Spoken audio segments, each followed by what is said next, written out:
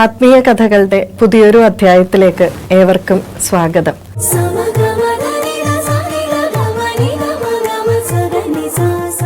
ശിവരാത്രിയുമായി ബന്ധപ്പെട്ട ആചാര അനുഷ്ഠാനങ്ങൾ ചന്ദ്രനുമായി ബന്ധപ്പെട്ടതാണ്.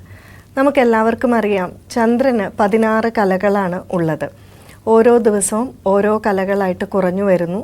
അമാവാസി ദിവസം ഈ കലകളെല്ലാം അപ്രത്യക്ഷമാകുന്നു. പിന്നീട് ഓരോ ദിവസവും ഈ കലകൾ കൂടിക്കൊണ്ടിരിക്കും. ആ പൗർണമി ദിവസം 16 കലകളോടുകൂടി ചന്ദ്രൻ ശോഭിക്കുന്നു. ഈ ചന്ദ്രനും നമ്മളുടെ മനസ്സും തമ്മിൽ ചെറിയ ഒരു ബന്ധമുണ്ട്. ചെറുതല്ല, വളരെ വലിയ ബന്ധമാണ്. ഇത് പുരുഷ സൂക്തത്തിലാണ് പറഞ്ഞിരിക്കുന്നത്.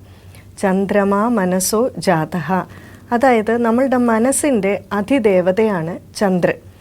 ചന്ദ്രൻ്റെ സ്വഭാവമെല്ലാം നമ്മളുടെ മനസ്സും കാണിക്കുന്നു. നമ്മളുടെ മനസ്സിനും ഇതുപോലെ 16 കലകളുണ്ട്.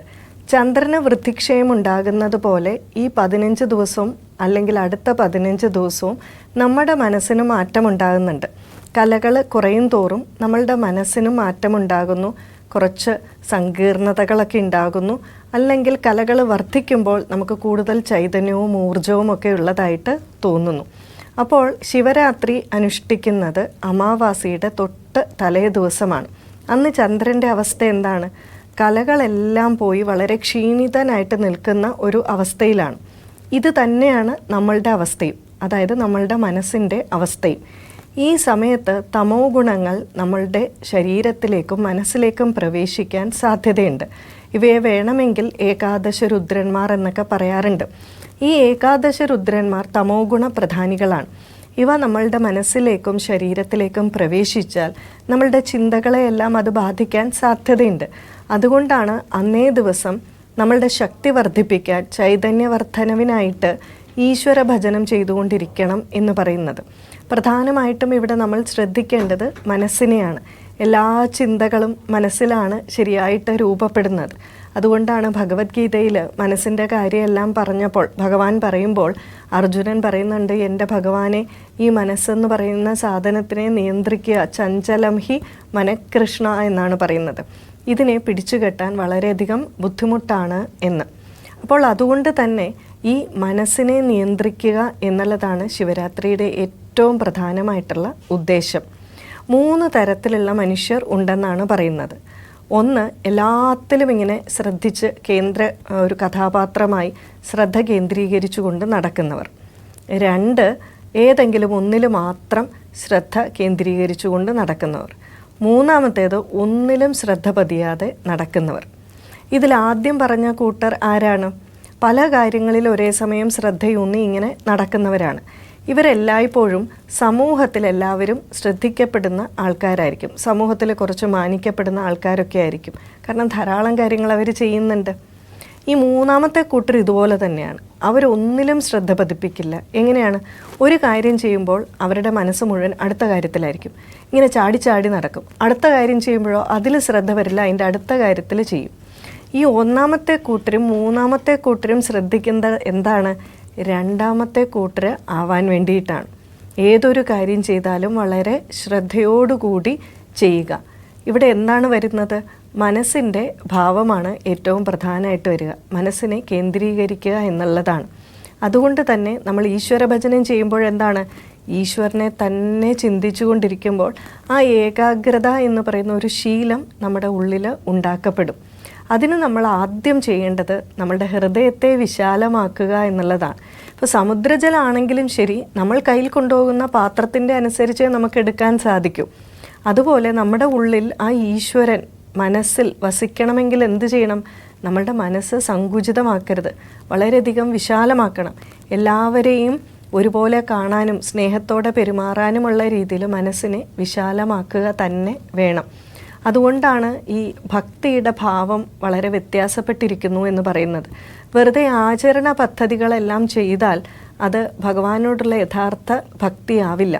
അങ്ങനെയുള്ള കോപ്രായങ്ങൾ ആർക്ക് വേണമെങ്കിലും കാട്ടിക്കൂട്ടാം, അല്ലേ? പക്ഷേ യഥാർത്ഥ ഭക്തി എന്ന് പറയുന്നത് ഭാവമാണ്.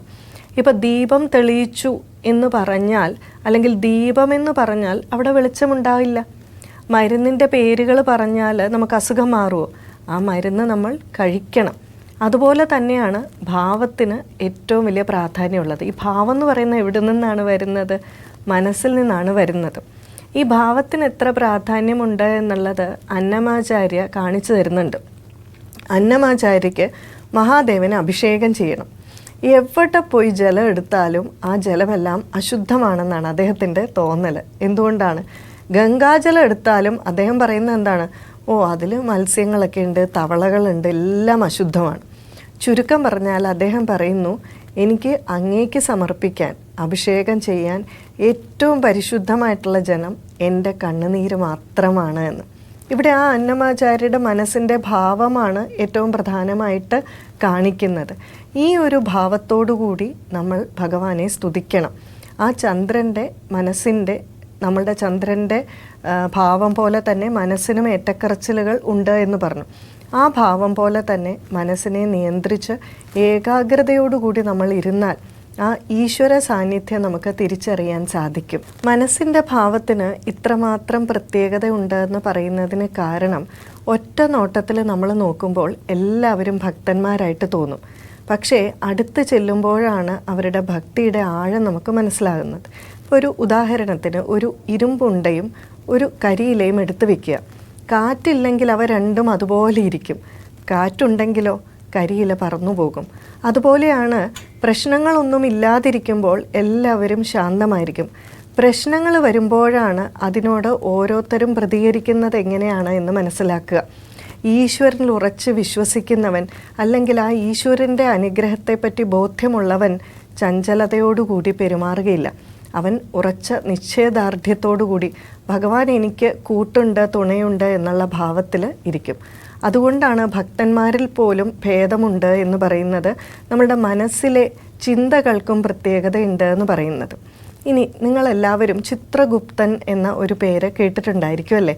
നമ്മൾ പറയാറുണ്ട്, നമ്മൾ എന്തൊക്കെ ചെയ്താലും, അത് നന്മയാണെങ്കിലും പാപമാണെങ്കിലും തെറ്റാണെങ്കിലും അതെല്ലാം കണക്ക് രേഖപ്പെടുത്തി വെക്കുന്നയാളാണ് ചിത്രഗുപ്തൻ. അദ്ദേഹം ആരാണ്? യമധർമ്മ രാജാവിൻ്റെ അസിസ്റ്റൻ്റാണ് അല്ലേ? യമധർമ്മ രാജാവിന് വേണ്ടിയിട്ട് നമ്മൾ ഈ ചെയ്യുന്ന കാര്യങ്ങളെല്ലാം കുറിച്ച് വെക്കുന്നയാളാണ്. അദ്ദേഹത്തിനൊരു കണക്ക് പുസ്തകമൊക്കെ ഉണ്ട്. ശരിക്കു പറഞ്ഞാൽ എന്താണ് ഈ ചിത്രഗുപ്തൻ എന്ന പദത്തിൻ്റെ അർത്ഥം? അല്ലെങ്കിൽ ആരാണ് ഈ ചിത്രഗുപ്തൻ? ചിത്രഗുപ്തൻ എന്ന് പറഞ്ഞാൽ ഗുപ്തമായിട്ടുള്ള ചിത്രം, അതായത് ഗുപ്തമായിട്ടുള്ള നമ്മളുടെ മനസ്സ്. ഇതൊക്കെ രേഖപ്പെടുന്ന എവിടെയാണ്? നമ്മൾ എന്ത് കാര്യം ചെയ്താലും നമ്മൾ വിചാരിക്കും, ബാത്റൂമിൽ പോയി സിഗരറ്റ് വലിച്ചു, ആരും കാണുന്നില്ല, മദ്യപിച്ചു, ആരും കാണുന്നില്ല എന്ന്. പക്ഷേ നമ്മൾ എന്ത് പ്രവൃത്തി ചെയ്താലും അത് നമ്മളുടെ മനസ്സിൽ രേഖപ്പെടുത്തുന്നുണ്ട്. ഇതാണ് ചിത്രഗുപ്തൻ. നമ്മുടെ ഉള്ളിൽ തന്നെ ഗുപ്തമായിട്ട് രേഖപ്പെടുത്തുന്ന സ്ഥലമാണ് ഈ മനസ്സ്. ഈ മനസ്സിലെ രേഖപ്പെടുത്തലുകൾ എത്രമാത്രം നമ്മളെ നന്മയിലേക്ക് നയിക്കുന്നുവോ അത്രമാത്രം നമ്മൾ ഈശ്വരിലേക്ക് അടുക്കുന്നു എന്ന് പറയുന്നു. അപ്പോൾ നമ്മൾ മനസ്സിലാക്കേണ്ടത്, ഇതുപോലെയുള്ള ഓരോ കഥകൾ പറയുമ്പോൾ അതിൻ്റെ ഉള്ളിലെ ആന്തരികമായിട്ടുള്ള അർത്ഥം മനസ്സിലാക്കി, അതല്ലാതെ നമ്മളിവിടെ ഇരുന്ന് പറയുമ്പോൾ ഓരോന്നും ചിത്രഗുപ്തൻ അവിടെ ഇരുന്ന് എഴുതുന്നു, പിന്നീട് എന്ത് ചെയ്യും? നമ്മൾ മരിച്ച് ഇവിടുന്ന് പോയി കഴിയുമ്പോൾ യമധർമ്മ രാജാവിൻ്റെ മുന്നിലേക്ക് ചിത്രഗുപ്തൻ ഈ നമ്മുടെ കണക്ക് പുസ്തകമായിട്ട് വരും. അവിടെ വെച്ച് ഇതെല്ലാം വായിച്ച് കേൾപ്പിക്കും. എന്തൊക്കെയാണ് നമ്മൾ എന്തെല്ലാം നല്ല കാര്യങ്ങൾ ചെയ്തു, എന്തെല്ലാം തെറ്റ് ചെയ്തു. അപ്പോൾ യമധർമ്മ രാജാവ് നമുക്കുള്ള ശിക്ഷ വിധിക്കും. പിന്നെ നമ്മളെ നല്ല രീതിയിൽ നടത്താൻ വേണ്ടിയിട്ട് എന്തെല്ലാം കാര്യങ്ങൾ ചെയ്യാൻ പറ്റും, നമുക്ക് എന്തെല്ലാം നല്ല വിധികൾ പറഞ്ഞു തരാൻ പറ്റും എന്നെല്ലാം അദ്ദേഹം പറയും. ഇതെല്ലാം നമ്മൾ യുക്തിഭദ്രമായിട്ട് ചിന്തിച്ചാൽ നമ്മളുടെ മനസ്സിൽ രേഖപ്പെടുത്തുന്നവയാണ്. ആ മനസ്സിൽ രേഖപ്പെടുത്തുമ്പോൾ ഇവയെല്ലാം, നമ്മൾ കുറ്റബോധം എന്ന് പറയാറില്ലേ, അതെവിടെ നിന്നാണ് വരുന്നത്? ആരും അറിഞ്ഞില്ലെങ്കിലും ചില കാര്യങ്ങൾ ചെയ്യുമ്പോൾ നമുക്ക് കുറ്റബോധം ഉണ്ടാകാറുണ്ട്. ഈ കുറ്റബോധം ഉണ്ടാകുന്നത് നമ്മുടെ മനസ്സ് തിരിച്ചറിയുന്നു, ഞാനിത് ചെയ്തിട്ടുണ്ട്, വേറെ ആരും അറിഞ്ഞില്ലെങ്കിലും. അതുകൊണ്ടാണ് നമ്മളുടെ ഏതൊരു കാര്യത്തിലും മനസ്സിൻ്റെ പ്രാധാന്യം പറയുന്നത്. കായേന വാച മനസേന്ദ്രിയർവ എന്നല്ലേ സ്തോത്രം പറയുന്നത്. അവിടെ എന്തിനാണ് മനസ്സിനെ ഉൾക്കൊള്ളിച്ചിരിക്കുന്നത്? അതുകൊണ്ട് ആചാര്യന്മാർ പറയുന്നു, നമ്മൾ ഏറ്റവും കൂടുതൽ ശ്രദ്ധിക്കേണ്ടത് ഈ മനസ്സിനെ നിയന്ത്രിക്കുക എന്നുള്ളതാണ്. ഇതാണ് ശിവരാത്രി കൊണ്ട് ഉദ്ദേശിക്കുന്നതും. ആത്മീയ കഥകളുടെ ഈ ഒരു ഭാഗം ഇവിടെ പൂർണ്ണമാകുന്നു. വീണ്ടും മറ്റൊരു കഥയുമായി നമുക്ക് കാണാം. എല്ലാവർക്കും നമസ്കാരം.